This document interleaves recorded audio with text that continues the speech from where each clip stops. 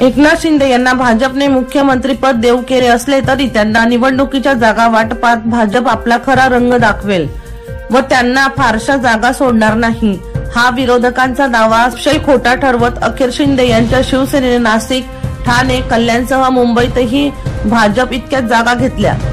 मुख्यमंत्री शिंदे यांनी यापूर्वी 16 जागा मिळणार असे म्हटले होते।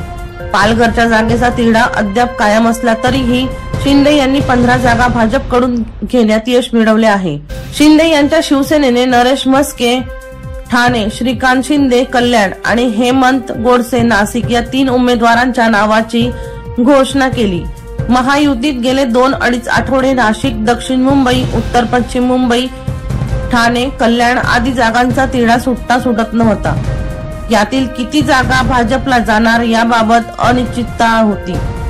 त्यात भाजपने सिंधुदुर्ग, रत्नागिरी ही जागा स्वतःकडे खेचून घेतल्याने शिंदे यांना आता 1 अंकी जागाच मिळतील असा दावा विरोधकांकडून केला जात होता।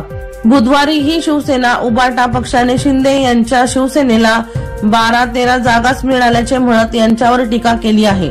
प्रत्यक्षात मात्र पक्षफुटीनंतर 13 खासदार पाठीशी असताना शिंदे यांनी 16 जागा मिळवत महायुतीतील त्यांचे महत्त्व अधोरेखित केले आहे। दीपक राठोड यांचा रिपोर्ट DR न्यूज जळगाव।